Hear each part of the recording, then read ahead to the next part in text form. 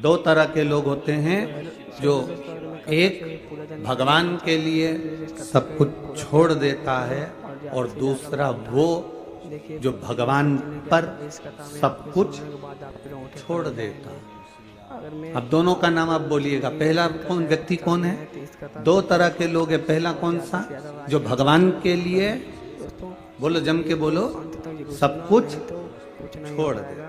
कई लोग कहते हैं हमने घर छोड़ दिया, हमने ये परिवार छोड़ दिया, हमने रिश्ते छोड़ दिए, भगवान के लिए हमने अपना मकान छोड़ दिया, भगवान के लिए हम जंगल में जाकर बैठ गए, भगवान के लिए हमने वानप्रस्थ धारण कर लिया, भगवान के लिए हमने भोजन छोड़ दिया, भगवान के लिए हमने खाना पीना छोड़ दिया, भगवान के लिए हमने सब सुख छोड़ दिया। कई लोग मिलते हैं जो कहते हैं, दो तरह के लोग होते हैं। एक भगवान के लिए, ईश्वर के लिए सब कुछ छोड़ देते हैं, और दूसरा वो होता है जो ईश्वर पर सब कुछ छोड़ देता है। इसमें सबसे प्रबल कौन सा है?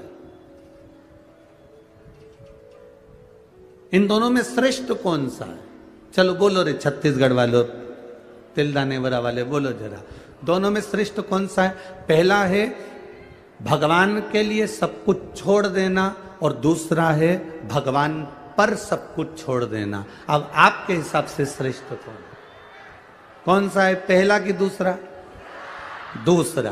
बस आपके लिए ताली बजा लो कि आज आपने श्रेष्ठता का निर्णय दे दिया। ये आपके लिए है।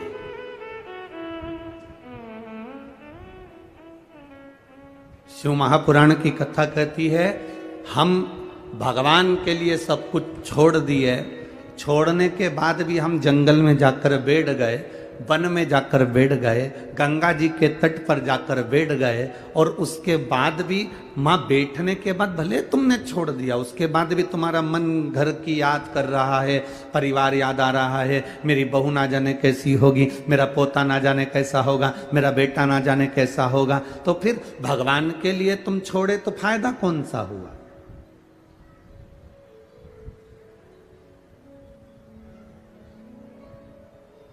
हमने पहले भी कथा में कहा, संत बनना सरल, साधु बनना सरल, तपस्वी बनना सरल, सन्यासी बनना सरल, गंगा जी के घाट पर बैठकर तप करना सरल, नर्मदा जी के तट पर बैठकर भगवान की भक्ति करना सरल, यमुना जी के घाट पर रहकर भजन करना सरल, सरयू के घाट पर बैठकर तप करना सरल, पर सबसे ज्यादा कठिन है घर में रहकर, परिवार में रहकर उनका भरण पोषण करते हुए भगवान का भजन करना। यह कठिन है,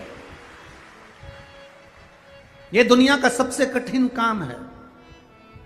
हमने कभी नहीं कहा कि आप अपनी नौकरी छोड़ दो, कथा में आकर बैठ जाओ। हमने ये नहीं कहा कि तुम तुम्हारी दुकान बंद कर दो, कथा में आकर बैठ जाओ। आज तक इस व्यासपीठ ने ये नहीं कहा कि तुम तुम्हारा परिवार छोड़ दो, कथा में आकर बैठ जाओ। ये व्यासपीठ हमेशा कहती रही, अपनी नौकरी करो, अपनी चाकरी करो, अपना व्यापार करो, अपना व्यवसाय करो, पर उस व्यापार को, उस व्यवसाय को, उस नौकरी के साथ में इतना सा समय जरूर निकालना कि तुम्हारे मुख से श्री शिवाय नमस्तुभ्यम निकल जाए, तुम्हारे मुख से राम नाम कृष्ण नाम निकल जाए, तुम्हारे मुख से भगवान का भजन निकल जाए। क्यों? नौकरी करते, व्यापार करते, तनख्वाह लाते, तुम जितनी कमाई करोगे अपनी बीवी और बच्चों के लिए करोगे, तुम जितना कमाओगे अपने परिवार के लिए कमाओगे, तुम जितनी मेहनत करोगे अपने परिवार के लिए करोगे, अपने परिवार को देने का प्रयास करोगे। और तुमने जो बीमा इकट्ठा करा है, पैसे जोड़ जोड़ कर जो तुमने इकट्ठा करा बीमा, तुम्हारे मरने के बाद भी मिलेगा तो तुम्हारे परिवार को मिलेगा। पर तुम नौकरी करते करते, काम करते करते जो तुमने भजन कर लिया, काम करते करते जो तुमने मंत्र जाप कर लिया, काम करते करते तुम्हारे मुख से श्री शिवाय नमस्तुभ्यम निकल गया, काम करते करते तुम भगवान का भजन कर लिए, तो वो तुम्हारी जिंदगी भर तुम्हारे साथ में जाने वाला है, अंत समय तक तुम्हारा साथ निभाने वाला है। हमने एक बात पहले भी कथा में कही, आप लोगों ने सुनी कि नहीं सुनी? हमने कहा था, जब तुम्हारा व्यापार अच्छा चले ना, तुम्हारी नौकरी अच्छी चले ना, तो पत्नी के जेवर बनवा दो। तुम्हारा व्यापार अच्छा चले, तुम्हारी नौकरी अच्छी चले, तो थोड़ी जमीन खरीद लो, तुम्हारा व्यापार अच्छा चले, तुम्हारी नौकरी अच्छी चले तो थोड़ा बच्चों के लिए अच्छा कर दो। तुम्हारा व्यापार अच्छा चले, तुम्हारी नौकरी अच्छी चले तो एक दो प्लाट लेकर पटक दो। तुम्हारा व्यापार अच्छा चले, तुम्हारी ये हम जब ये बात बोलते हैं ना तो कई लोग हमसे नफरत करते हैं कि बताओ इनको तो कहना चाहिए कि सब छोड़ दो, उल्टा ये कहते हैं और खरीद लो। ये सीहोर वाला महाराज तो पगला है पूरा। हमारे लोग विरोधी हो जाते हैं इस चक्कर में कि ये उल्टी कथाबाज था। हमारा निवेदन है जब तक तुम्हारा व्यापार अच्छा चले, तुम्हारी नौकरी अच्छी चले, पत्नी के जेवर बनवाओ, बच्चों की एजुकेशन कराओ, अच्छे कपड़े दिलाओ, प्लाट खरीद लो, जमीन खरीद लो, मकान बना लो। चलती हुई नौकरी में, चलते हुए व्यापार में तुम अपने परिवार के लिए सब कुछ करो, पर इतना याद रखना जैसे चलती हुई नौकरी में जेवर बनाओगे चल जाएगा, चलती हुई नौकरी में, चलते हुए व्यापार में जमीन खरीद लोगे तो पैसा दिल आ जाएगा। उसी तरह इस चलती हुई श्वास में भगवान का भजन कर लोगे तो जीवन सार्थक हो जाएगा। चलते चलते चलने दो, काम करते रहो, नाम जपते रहो, पार कर देगा वो भी कभी ना कभी।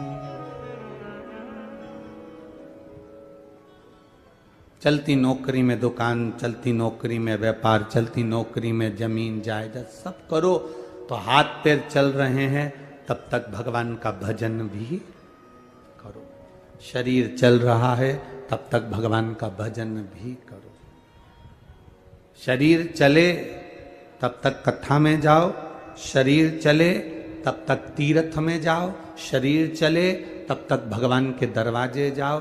और बहुत याद रखना, दो चीजें स्मरण में रखें, तुम्हारे घर में चले तब तक सारे दान पुण्य कर लो, और जब तक शरीर चले तब तक कथा सुन लो, तब तक तुम्हारी मर्जी पड़े जहां जाओ। शरीर चले तब तक इस शरीर का सदुपयोग करो, शरीर चले इस शरीर का सदुपयोग करिए। इस शरीर को गलत जगह पर मत भेजो, इस शरीर को गलत व्यसन में मत ले जाओ, इस शरीर को गलत जगह पर लेकर मत जाओ। कहां मदिरा पान में, कहां मांसाहार में, कहां वेश्यावृत्ति में, कहां जुए में, कहां चरस में, कहां अफीम में, कहां गांजे में, कहां इस शरीर को लेकर जा रहे हो, कहां इस शरीर को पहुंचा रहे हो। मैं छत्तीसगढ़ पुलिस को और इस हेलो जिंदगी रायपुर पुलिस को धन्यवाद देना चाहूंगा, जिन्होंने एक पहल कर रखी है नशा मुक्ति के लिए, नशे की रोक के लिए।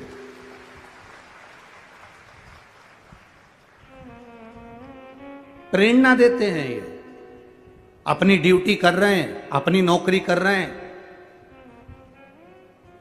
और मैं कहना चाहूंगा कि केवल छत्तीसगढ़ रायपुर की पुलिस को देखकर पूरे भारत देश की पुलिस को ही अपनाना चाहिए कि पुलिस का कर्म करते करते भी एक नशा मुक्ति का एक अलग लक्ष्य लेकर चलना चाहिए, जिससे भारत की भूमि की माताएं स्वतंत्र रूप से आनंद के साथ अपने घर में रह सके। हम अपने शरीर को कहां ले जा रहे हैं, हम अपने शरीर को किस जगह लेकर जा रहे हैं, हम अपने शरीर को किस स्थान पर लेकर जा रहे हैं। और केवल ये छत्तीसगढ़ पुलिस का फर्ज नहीं, रायपुर पुलिस का फर्ज नहीं, आपका भी फर्ज है कि आप व्यसन करने वालों को रोक सकते हैं और उनको सतमार्ग की ओर लेकर जा सकते हैं। ये अपना भी फर्ज है। एक बार रायपुर छत्तीसगढ़ की इस पुलिस प्रशासन के लिए, जिन्होंने हेलो जिंदगी का एक आनंद लेते हुए संपूर्ण क्षेत्र में अपने नशा से लोगों को दूर करने का प्रयास किया है, दूर करने। मैं धन्यवाद देता हूं, बहुत बहुत साधुता रखिए। अपने चित्त को बदलने का प्रयास करिए, अपने मन को बदलने का प्रयास करिए, अपने भाव को बदलने का प्रयास करिए। ये नहीं कि हम संत बन गए, साधु बन गए, तपस्वी बन गए, साधक बन गए, उपासक बन गए, फिर वही वाली बात आ गई कि दो तरह के व्यक्ति हैं, दो तरह के लोग होते हैं। एक ईश्वर के लिए, भगवान के लिए सब कुछ छोड़ देते हैं, और दूसरा वो होता है जो भगवान पर सब कुछ छोड़ देता। तो हम चाहते हैं आप अपना घर ना छोड़िए, आप अपना परिवार ना छोड़िए, आप अपने व्यापार, दुकान, नौकरी को मत छोड़िए, आप तो उसमें रहिए, पर अपने आप को ही नहीं, अपने पूरे परिवार को भगवान के भरोसे छोड़ दीजिए कि वो संभालेगा, जो होगा वो करेगा। अब सौंप दिया इस जीवन का सब भार तुम्हारे हाथों में, हे हार तुम्हारे हाथों में, और जीत तुम्हारे हाथों में। अपना संपूर्ण भाव, अपना संपूर्ण जीवन हम उसको सौंप दें।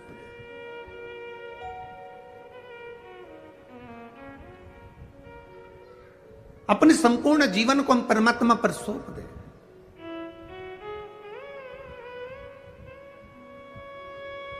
आप लोग जब यहां आ रही होगे ना, जितने लोग यहां आ रहे होंगे तो आपके घर के लोग कह रहे होंगे इतना पानी गिर रहा है, घर में सुन लो ना, क्या करोगे मैं कीचड़ में जाके? अकल वकल नहीं है क्या तुम में? समझ नहीं पड़ती क्या तुमको?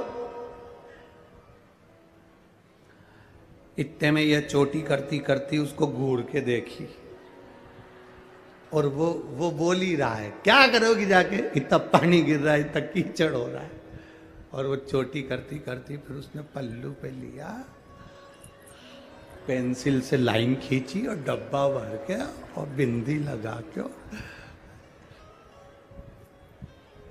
रुमाल रुमाल उठा के, रुमाल में थोड़ी सी सुपारी रख के, सुपारी रख के इसलिए लाई कहीं बोर होंगी तो मुंह में, खत्म, सुपारी रख के और फिर चली।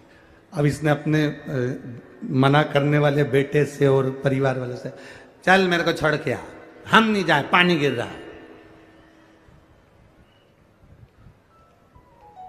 चल अच्छा 500 रुपए दे। 500 रुपए काय के लिए? अब तू छोड़ने नहीं जा रहा तो मैं गाड़ी से जाऊंगी। इतने में बोला चलो मैं छोड़ देता हूं, और फिर छोड़ के फिर बोला इतना कीचड़ हो रहा है, मां कहां जा रही, इतनी कीचड़ कीचड़ हो रहा है, तू जा, अब मैं चली जाऊंगी, तू जा। आ रही थी, फिर मां रास्ते में जहां उतारा, मां 2-3 इसकी बेस्ट फ्रेंड मिल गई। अब फ्रेंड तो थी नहीं, बस कथा में आती थी तो पहचान हो गई। कथा की पहचान कोई कम होती है क्या है? एक बात बताएं आपको, ये जब अपने प्राण छूटे ना, प्राण छूटने के बाद जब अपन लोग ऊपर जाएंगे ना, तो एक बात का ध्यान रखना, घर के लोग भले तुमको वहां मिले कि नहीं मिले पता नहीं, पर शंकर जी के मंदिर में तुम जो एक साथ जल चढ़ाती हो ना, ये सब वहीं पर मिलेंगे, एक जगह इकट्ठे हो, और वहां पर भी तुम चिल्ला चिल्ला के कहते बोल बम का नारा है। अब वहां पर भी तुम चुप नहीं रहना, और इतना भजन गाना, ढोलक पीट पीट के, मंजीरा बजा बजा के, तो पार्वती जी भी टेंशन में आ जाएगी, कहां से पकड़ लाए इनको। तो भोलेनाथ जी कहेंगे कहीं नहीं, वो तिल्दा नेवरा की है, तो इसको तिल्दा नेवरा में क्यों नहीं छोड़ दिया है? कथा सुन सुन के आदत हो गई, कहीं रायपुर की सुन ली, भिलाई की सुन ली, भाटापारा की सुन ली, यहाँ की सुन ली, और अभी बचा कुचा है सावन में बालोद की सुन लेगी।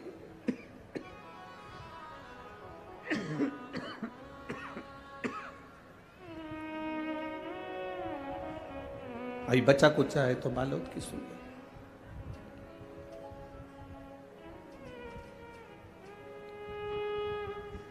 महाराज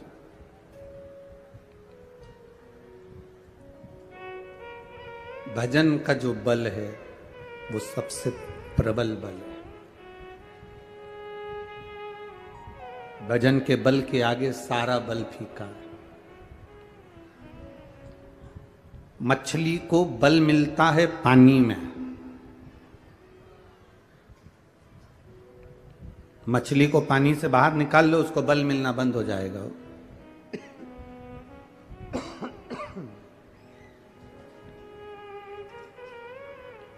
मछली को पानी में से बाहर निकालो, उसको बल मिलना खत्म हो जाएगा।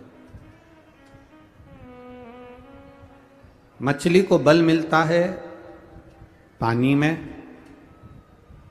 शेर को बल मिलता है वन में, जंगल में। शेर अगर शहर में आ जाए तो उसको बल नहीं मिलेगा।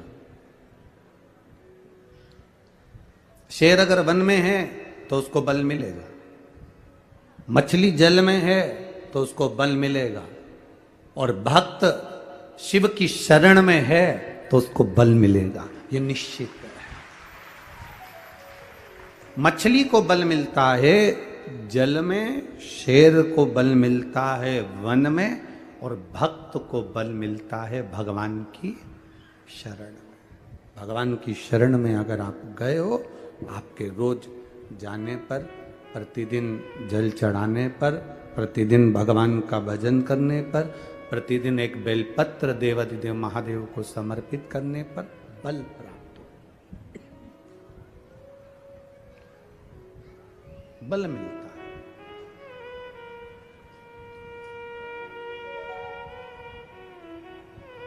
आप रोज रोज जल चढ़ाने के लिए शिव के मंदिर जाइए, आप रोज रोज जल चढ़ाने के लिए भगवान देवाधिदेव महादेव के द्वार पर जाइए। आपको लोग कहेंगे कहाँ जा रहे हो, क्या मिल रहा है वहां जाने से, क्या प्राप्त हो रहा है आपको वहां जाने से। तब आप कह सकते हो मुझे जिंदगी जीने का एक बल प्राप्त हो रहा है, मुझे जीवन जीने का एक तरीका प्राप्त हो रहा है।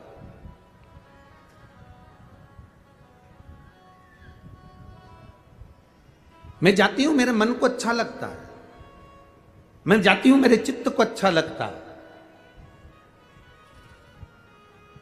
और यही तो हृदय की शांति है, यही तो हृदय का सुख है।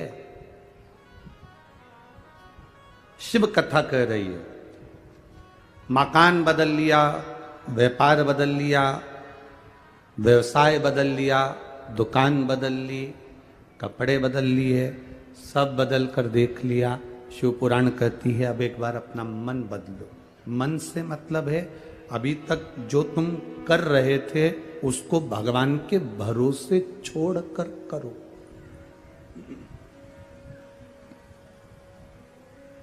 अभी तक तुम जो कर रहे थे अब उसको करो, मना नहीं, पर अब अपने करे हुए कर्म को परमात्मा के भरोसे छोड़ो। अब अपने करे हुए कर्म को भगवान के आश्रित होकर, भगवान के सहारे छोड़कर करो। मेहनत करो, अच्छी करो, बहुत अच्छी तरह से जितनी मेहनत कर सकते हो उतनी मेहनत करो, जितना कर्म कर सकते हो अच्छा कर्म करिए, पर भगवान के आश्रित होकर, उसके भरोसे रहकर करो।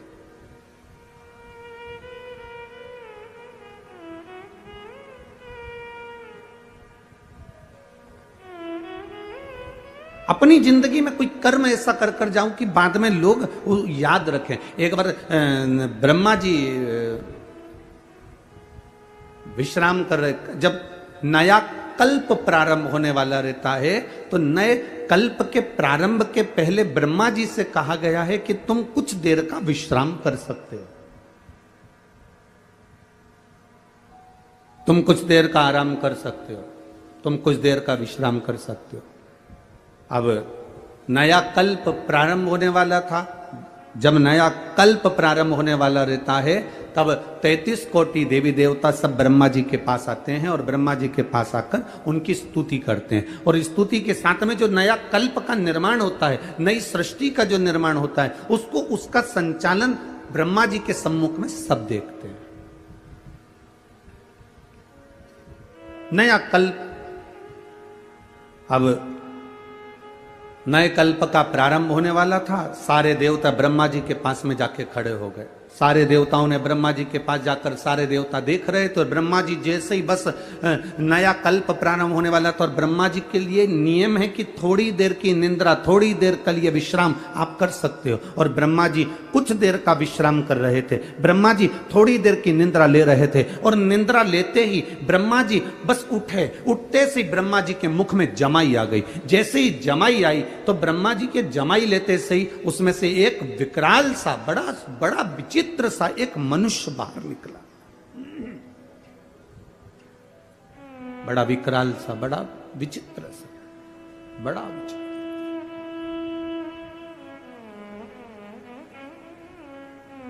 एक मनुष्य बाहर निकला, प्रकट हुआ। ब्रह्मा जी ने देखा कि बड़ा सारा उसका स्वरूप है, बहुत बड़ा उसका स्वरूप है, और सुंदर भी बहुत है। शरीर पर इतना तेज है कि एकदम उसका शरीर लाल हो रहा है। बड़ी बड़ी भुजाएं उसकी, बड़ा बड़ा शरीर उसका, बड़ा वीर सा नजर आ रहा है, बड़ा प्रबलता सा नजर आ रहा है। ब्रह्मा जी ने पूछ लिया, तुम कौन हो? उसने कहा, मुझे नहीं मालूम मैं कौन हूं। क्या नाम है तुम्हारा? मुझे नहीं मालूम मेरा नाम क्या है। कहां से आए हो? पता नहीं, परंतु इतना जानता हूं कि मैं आपके शरीर से प्रकट हुआ। मैं इतना जानता हूं कि आपके शरीर से हुआ हूं। आपने जब निंद्रा त्यागी, निंद्रा त्यागने के बाद आपने जो बकासी ली, आपने जमाई ली, और उस जमाई से मैं प्रकट हो गया। ये कथा आपको मालूम होना चाहिए, और केवल छत्तीसगढ़ वालों के लिए नहीं, पूरे विश्व के माताओं को यह मालूम होना चाहिए कि तुम्हारे मांग में जो सिंदूर भरा होता है, हनुमान जी को जो सिंदूर चढ़ा हुआ होता है, गणेश जी को जो सिंदूर चढ़ा हुआ होता है, माता के मांग में जो सिंदूर भरा हुआ होता है, वो सिंदूर आया कहां से था? ये पूरे विश्व की माताओं को, ये पूरे भारत देश की नहीं, संपूर्ण विश्व की माताओं को यह मालूम होना चाहिए कि गणेश जी पे चढ़ा हुआ सिंदूर कहां से आया, सिंदूर का जन्म कहां से हुआ, हनुमान जी पे चढ़ा हुआ सिंदूर कहां से आया, उस सिंदूर का जन्म कहां से हुआ। नारी के मस्तक पर जो सिंदूर भरा रहता है, वो सिंदूर आखिर नारी के मस्तक पर आया, तो वो सिंदूर का जन्म कहां से हुआ, उस सिंदूर की प्रबलता क्या है?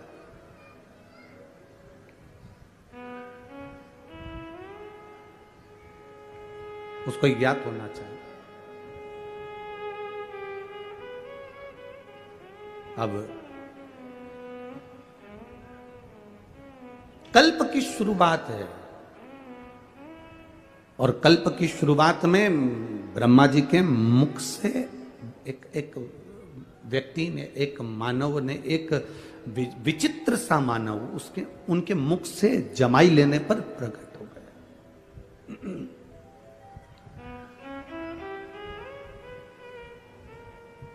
कौन हो तुम? हमें मालूम नहीं। क्या नाम है तुम्हारा? हमें मालूम नहीं। कहां से आए हो? हमें मालूम नहीं। हमें कुछ ज्ञात नहीं है। ब्रह्मा जी ने देखा बड़ा वीर है, चेहरा लाल, शरीर लाल, पूरा शरीर बड़ा वीरता का दिख रहा है, और बड़ा प्रबल शरीर है, भुजाएं विशाल, शरीर विशाल। ब्रह्मा जी ने उसका नाम सिंदूर रख दिया। क्या नाम रखा? जम के बोलो जरा। सिंदूर। ब्रह्मा जी ने उसका नाम सिंदूर रख दिया। अब सिंदूर रखा तो उसने, ब्रह्मा जी ने प्रसन्न होकर उसको वर देना प्रारंभ कर दिया कि सिंदूर, तुम दिखने में भी सुंदर हो, वीर भी हो, प्रबल भी हो, तो हम तुम्हें वर देते हैं कि तुम जगत में वीरता के रूप में रहोगे, प्रबल रहोगे, तुम्हारी भुजाओं का बल प्रबल रहेगा, तुम्हारे भीतर एक तेज हमेशा भरा रहेगा, तुम्हारे तेज को देखकर स्वयं यम के दूत भी डरेंगे। ब्रह्मा जी कह रहे हैं तुम्हें बल इतना दे दिया, तुम्हारी मर्जी पड़े तुम वहां रह सकते हो, पूरी सृष्टि, पूरा ब्रह्मांड तुम्हारे लिए है, तुम कहीं पर भी अपना राज्य बसा सकते हो, तुम कहीं पर भी रह सकते हो। हमारा वर तुम्हें देते हैं तुम कभी क्षय नहीं होगे, मरोगे नहीं।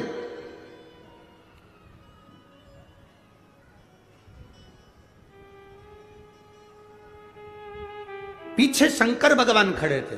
भगवान देवादिदेव महादेव ने कहा, कहां का वर दे रहे हो कि मरेगा नहीं? तो को अगर इसको ये वन मनाना मचाना प्रारंभ कर देगा, नहीं मचाएगा प्रभु। ब्रह्मा जी ने माना नहीं, शिव जी का कहना। तुम्हारी भुजाओं में बल रहेगा, तुम जिसको चाहो अपनी भुजाओं के बल पर तुम दमोच सकते हो, मार सकते हो, पीट सकते हो, तुम किसी को दबा सकते हो। बस सिंदूर को वर पर वर मिल गए ब्रह्मा जी के। इतने प्रसन्न, क्योंकि औलाद ब्रह्मा जी के मुख से जमाई करने पर, ब्रह्मा जी के मुख को बकासी आने पर, जमाई करने पर यह बालक निकला, तो प्रसन्नता हूं, मेरा पुत्र है, मेरा बेटा।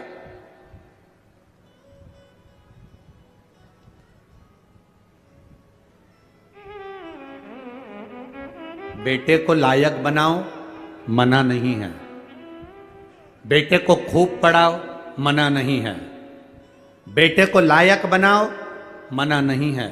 पर बेटे को इतना लायक मत बना देना कि वो अपने मां बाप को ही नालायक समझने लगे। बेटे को लायक बनाना, पढ़ाना, खूब पढ़ाना, पर बेटे को इतना लायक मत बना देना कि जिस मां ने उसको समझाया, जिस पिता ने उसकी एजुकेशन पर खर्च करा, जिस मां ने उसको पढ़ाया, जिस पिता ने अपनी नौकरी कर कर कर रुपया बचा बचा कर अच्छे कॉलेज में भेजा, जिस मां ने उसके कपड़े, उसका पहनावा, उसका रहन सहन, जिस मां ने उसको बना बना कर भोजन खिलाया, जिस पिता ने अपनी पूरी जिंदगी बेटे को एजुकेशन देने में, पढ़ाने में, आगे बढ़ाने में लगा दी, एक दिन बेटा अपने मां बाप को नालायक समझे, इतना लायक मत बनाना। बेटों को लायक बनाओ, बच्चों को लायक बनाओ, पढ़ाओ, खूब पढ़ाओ, पर संस्कार देकर पढ़ाना। जो बच्चे संस्कार लेकर नहीं पढ़ते, पढ़ते तो हैं पर उनमें संस्कार नहीं होते, तो एक दिन माता पिता को वो नालायक समझने लगते हैं। हमारे मम्मी पापा में तो अकल नहीं है, हमारे पापा तो हर कुछ के देते हैं, हमारी मम्मी तो हर कुछ बोल देती है, हमारी माँ में तो अकल नहीं है, हमारे पिताजी में तो अकल नहीं है। जब तुम्हारे बच्चे तुम्हारे मुंह पर कह दें कि तुम में अकल नहीं, तुम चुप बैठी रहो, तुम में अकल नहीं, तुम चुप रहो, जब तुम्हारे घर के बच्चे बोलने लगे ये शब्द, समझ लेना कि तुमने बेटों को लायक तो बनाया पर संस्कार देकर लायक नहीं बनाया, इसलिए वो तुम्हें नालायक समझ रहे हैं।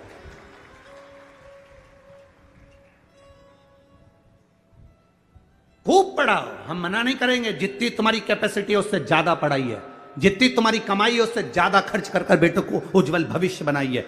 बेटा बेटी को अच्छा पढ़ाने का प्रयास करिए, बेटा बेटी का जिंदगी अच्छा बनाने का प्रयास करिए, पर बेटा बेटी आपको लायक बनते बनते आपको नालायक ना समझने लगे, इसलिए थोड़ा संस्कार देने का प्रयास करिए। बच्चों से कहो एक लोटा जल शिव जी को चढ़ा करा, बच्चे कहेंगे माँ जल चढ़ाने से क्या होता है? कुछ नहीं होता, मेरे मन को शांति मिलती है, तू जल चढ़ा करा। मैं जल चढ़ाने नहीं जाऊंगा, मैं भोजन नहीं दूंगी, मैं बाजार में खा लूंगा, घर का दरवाजा बंद है, जाओ खाओ।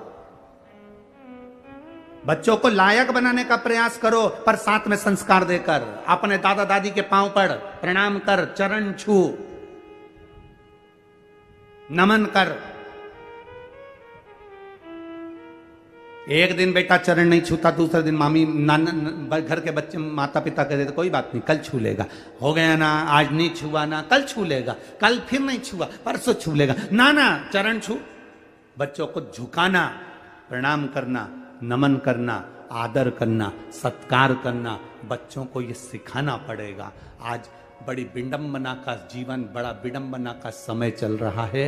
हम बेटा और बेटी को पढ़ा तो लेते हैं, हम बेटा और बेटी को उज्जवल भविष्य बना तो देते हैं, हम बेटा और बेटी को लायक बना तो देते हैं, पर हमारे बच्चे हमको एक दिन नालायक समझने लगते हैं, तब दिल दुखता है कि मेरी औलाद मेरे मुंह पर कह कर जा रही है, दुख होता है अंदर से। पढ़ाओ,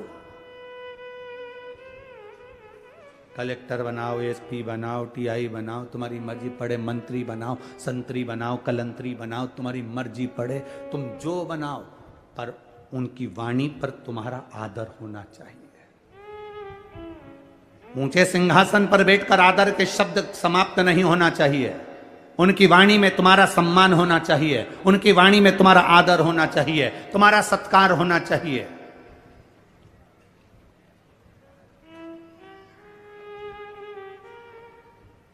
अरे बेटा एडीलैंड में, बेटी है न्यूयॉर्क। कई कई माता पिता रायपुर में हमसे कहते हैं, हमने पूछा क्यों साहब कहाँ रहते हो? बस गुरुजी आपकी जो कथा हो रही ना उसके पास में हमारी बिल्डिंग है, हम वहीं सी सेक्टर में रहते हैं। अच्छा सी सेक्टर में कौन सी? तो का बस 8वें मंजिल पर, चौथे मंजिल पर हमारा फ्लैट है। हमने कहा कौन कौन घर में? मेरा बेटा तो वहाँ है और मेरी बेटी वहाँ है। बेटा एडीलैंड में, बेटी है न्यूयॉर्क। और ब्राइट बच्चों के लिए हुआ बुढ़ापा डार को काका क्या करोगे? ये रुपया कहाँ धरोगे? बेटा बाहर, बेटी बाहर। तो हमने कहा तुम कौन कौन हो? बस हम दोनों पति पत्नी। कहाँ रह रहे हो? फ्लैट में रह रहे हैं। अच्छा तो तुम दोनों अपने बेटा बेटी के पास क्यों नहीं चले जाते? बस अब विचार तो करा है, पर बेटे के यहाँ एक बार गए थे तो अब वहां पर हमारा मन नहीं लगा तो हम वापिस आ गए। बेटी के यहाँ वहां भी मन नहीं लगा तो हम वापिस आ गए। तुम जब बीमार पड़ते होगे, तकलीफ होती होगी, शरीर में कष्ट तो होता होगा, या तुम्हारे घर में मेहमान आते होंगे तो सामान कौन ला कर देता है? तो मैं डॉक्टर को दिखाने कौन जाता है? तो कहती है हमारे पड़ोसी बहुत अच्छे हैं, उनका बेटा है ना, उनकी बेटी है ना, हमको गाड़ी में बिठाकर वो तुरंत डॉक्टर को दिखाने चले जाते हैं। हमने कहा फिर एक काम करना, फ्लैट भी पड़ोसी के बेटे को देकर जाना।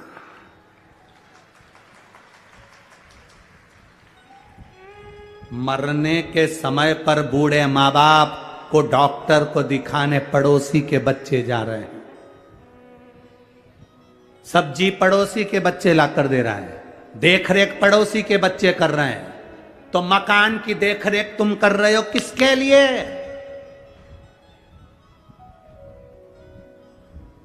किसके लिए? आसक्ति नहीं जा रही। हमने कहा एक काम करो न, जब पड़ोसी का बच्चा इतना कर रहा है तो एक काम कर दो, उसको थोड़ा बहुत तो अपनी प्रॉपर्टी दे। अरे गुरुजी कैसे लेके जाना? डॉक्टर को दिखाया है तो क्या प्रॉपर्टी दिया है? सब्जी ला के दे देता कि प्रॉपर्टी दे दे? तो तुम्हारे बेटे तुमने बड़े करे थे तुम्हारी सेवा के लिए, वो तुम्हारी सेवा नहीं कर रहे, तो तुम किसके भरोसे? किसके? अखबारों में देखो, अखबारों में जरा पढ़ना, कभी पुराना कई जगह का आपको मिलेगा। बुढ़ा बुढ़ी मर गए, बेटों को सूचना दे दी कि आ जाओ अंतिम संस्कार करने, तो कहते हैं ऑनलाइन करा देना। बाद में जब मर गए, अंतिम संस्कार भी मोहल्ले के लोगों ने कर दिया, तब बेटा बेटी आए, जमीन जायदाद बेच के पैसा लेके चले गए, पर माँ बाप का पिंडदान तक नहीं करा। ये जीवन है मानव का। किसके लिए जी रहे? हम किसके लिए अपनी जिंदगी जी रहे हैं? अरे बेटा एडीलैंड में, बेटी है न्यूयॉर्क। और ब्राइट बच्चों के लिए हुआ बुढ़ापा डाल। ओ काका क्या करोगे?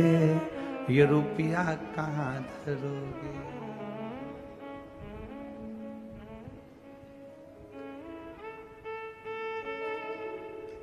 केवल ऑनलाइन बच्चों से प्रेम हो गया।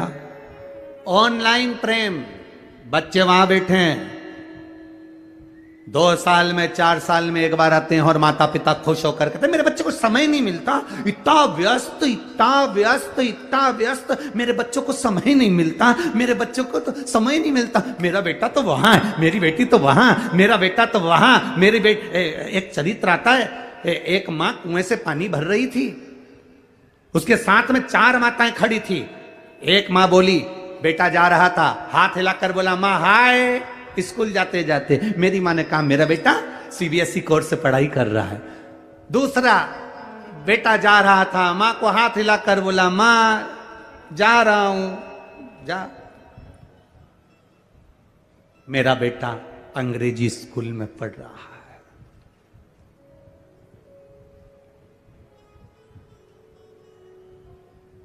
एक माँ का बेटा जा रहा था, माँ बाल्टी उठाकर ले जा रही थी। बेटे ने कहा रुक माँ, पहले मैं बाल्टी घर रख कर आता हूँ फिर जाऊंगा। माँ कहती है मेरा बेटा सरकारी स्कूल में पढ़ रहा है। ये मेरा बेटा है जो सरकारी स्कूल में पढ़ रहा है। अंग्रेजी स्कूल में पढ़ाओ, सीबीएसई कोर्स से पढ़ाओ, एक से बढ़कर एक स्कूल में पढ़ाओ, पर अपने बच्चों को संस्कारवान बनाने का जवाबदारी तुम्हारी है।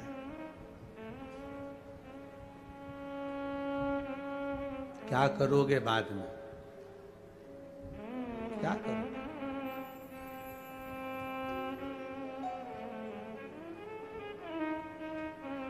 अगर स्नेहवश कोई जवाबदारी आपके जीवन में अपने बच्चों पर नहीं छोड़ी है, तो वो बच्चे आपको भी नहीं कुछ प्रभाव दे पाएंगे।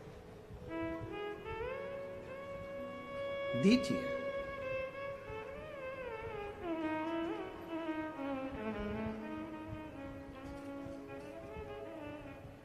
अपने बच्चों को प्रबल बनाने के साथ में हम कहें लायक बनाओ, पर आपको नालायक ना समझे। वो होप पढ़ाओ, बच्चों को एक काम जरूर सिखाओ, जाओ शिव के मंदिर जाओ, जाओ थोड़ा बहुत झुकोगे, प्रणाम करोगे, नमन करोगे, मंदिर तक जाओगे, अपने संस्कारों को, अपने धर्म को भूल नहीं पाओगे।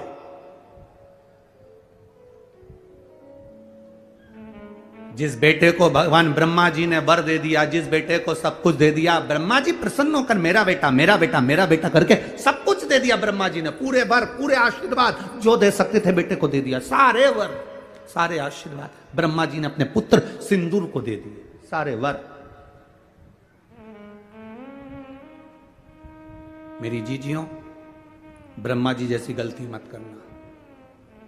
ब्रह्मा जी ने सारे वर, ब्रह्मा जी ने अपने बेटे सिंदूर को दे दिया। तुम वो गलती मत करना कि पूरी चीज अपने घर के बच्चों को दे दो। एक इतनी बड़ी लोहे की पेटी यहाँ से जाते जाते खरीद लो, उसमें भले कुछ मत रखो, जाते जाते 2-4 पत्थर उठा के ले जाओ, पुरानी साड़ी में लपेट के पेटी में रख दो, बउए आए उसके पहले पेटी पत्थरों से भर लो। बताना मती बहुओं को, बोलने की जरूरत नहीं है बहुओं को कि इसमें पत्थर भरा है, इसमें कुछ भरा हुआ है। बस दिवाली का समय आए, बहुओं से कहना थोड़ा पेटी हटाना, मेरे को सफाई करना है। बहुएं पेटी हटाएंगी, सफाई कर देना, बहुओं को भी लगेगा कुछ है। मरती मर जाना, पर बहुओं के सामने कभी पेटी मत खोलना, कभी मत खोलो। अंतिम समय आए, यम के दूत तुम्हें बंदी बनाने आए, तुम्हें लगने लगे कि मैं मर रही हूं, तो मरते मरते घर की बहू को बुलाकर, एक किसी भी बहू को, बड़ी हो छोटी हो, किसी के हाथ में चाबी दे जाना, बेटा सब बांट लेना हो, अब मैं चली। बहुओं इतनी समझदार हैं, 13 दिन पेटी नहीं खोलेगी, क्योंकि घर में नंदे आई हुई हैं, हिस्सा देना पड़ेगा तो पेटी छुपा देगी। बहुओं ने इतनी जल्दी पेटी को खोलेंगी नहीं, छुपा देंगी। अब बहुओं को मालूम है सास के पास बहुत सामान है, तो 10वां भी अच्छा करेगी, 12वां भी अच्छा करेगी, खूब साड़ी बांटेगी, 12-13 खिलाएगी पिलाएगी, लड्डू गुलाब जामुन इमरता भजिया, सारे ब्राह्मणों का भोजन कराएगी, मेहमान को भी खूब देगी। और सब चले गए और ननन भी चली गई, तब बहुएं पेटी खोलेंगी और उनमें से भाटा निकलेगा और करम फोड़ेंगे। अब अपने को टेंशन नहीं, अपन तो गए, अपना काम हो गया ना। ब्रह्मा जी जैसी गलती मत कर देना कि पूरे बार एक साथ दे दिया, आयुष्मान भव, चिरंजीवी भवन, यशवान भव, ये भी दे दिया वो भी दे दिया। ऐसी गलती मत कर देना। थोड़ा ना थोड़ा अपना बुढ़ापा निकालने के लिए कमर में खोस के रखो, थोड़ा ना थोड़ा। एकदम ब्रह्मा जी ने सब दे दिया, सब ब्रह्मा जी ने दे दिया।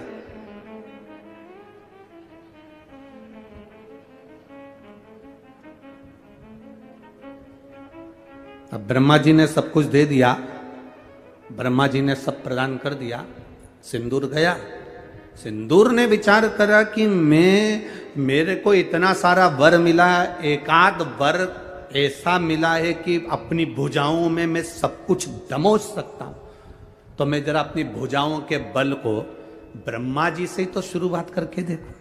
जिस ब्रह्मा जी ने वर दिया था, जिस ब्रह्मा जी ने आशीर्वाद दिया था, जिस ब्रह्मा जी ने वर प्रदान कर दिया था, जिस ब्रह्मा जी ने अपना सब कुछ सिंदूर को दे दिया था। वो सिंदूर वो उस बल को ब्रह्मा जी के सामने पहुंचकर, ब्रह्मा जी के सम्मुख में पहुंचकर वापिस आया ब्रह्मा के पास में। ब्रह्मा जी ने ध्यान लगा कर देखा कि आखिर बात क्या है। ब्रह्मा जी ने देखा ये तो मुझे ही दबाने के लिए आया है। फिर भी ब्रह्मा जी ने सामने आए सिंदूर से पूछा, बेटा सिंदूर क्या बात है? सिंदूर बोले, पिताजी बस मेरे मन में एक बात है, आपने जो वर दिया है ना उसको मैं एक बार प्रैक्टिकल करके देखना चाहता हूं। मेरे भुजाओं में बल है कि नहीं, तो मैं आपको दबा कर देखना चाहता हूं। इतने में ब्रह्मा जी ने सिंदूर को समझाया, सिंदूर समझ नहीं पाया, नहीं समझे। ब्रह्मा जी भाग कर भगवान विष्णु जी के पास पहुंच गए। मुझे बचाने का प्रयास करिए प्रभु,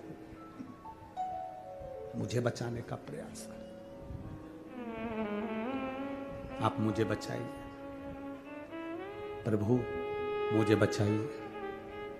भगवान नारायण ने देखा क्या बात है, सिंदूर आ रहा है, वो मुझे दबाना चाहता है, वर दिया है मैंने। भगवान नारायण ने देखा कि सिंदूर दौड़ता दौड़ता वहां आ गया। भगवान विष्णु ने सिंदूर को देखा और सिंदूर को देखकर भगवान विष्णु ने उसी समय पर समझाने का प्रयास करा, सिंदूर ये तुम्हारे पिता हैं और तुम इसे दबाना चाहते हो। सिंदूर कहते हैं मैं उनको नहीं दबाऊंगा, आपको दबा के देख लेता हूं, मुझे तो प्रैक्टिकल करना है, कहीं पर भी करूं। नारायण को दबाने के लिए सिंदूर आए तो नारायण ने सिंदूर को समझाने का प्रयास करा। सिंदूर ने कहा अगर तुम मुझे दबाना चाहते हो तो मुझसे प्रबल तो देवादिदेव महादेव हैं, जाओ उनको दबा कर बता दो। सिंदूर ने कहा यदि मेरी भुजा में इतना बल है तो देवादिदेव महादेव कहां रहते हैं? कैलाश पर, मृत्यु लोक में। सिंदूर आ गया कैलाश पर, मृत्यु लोक पर, भूमि पर।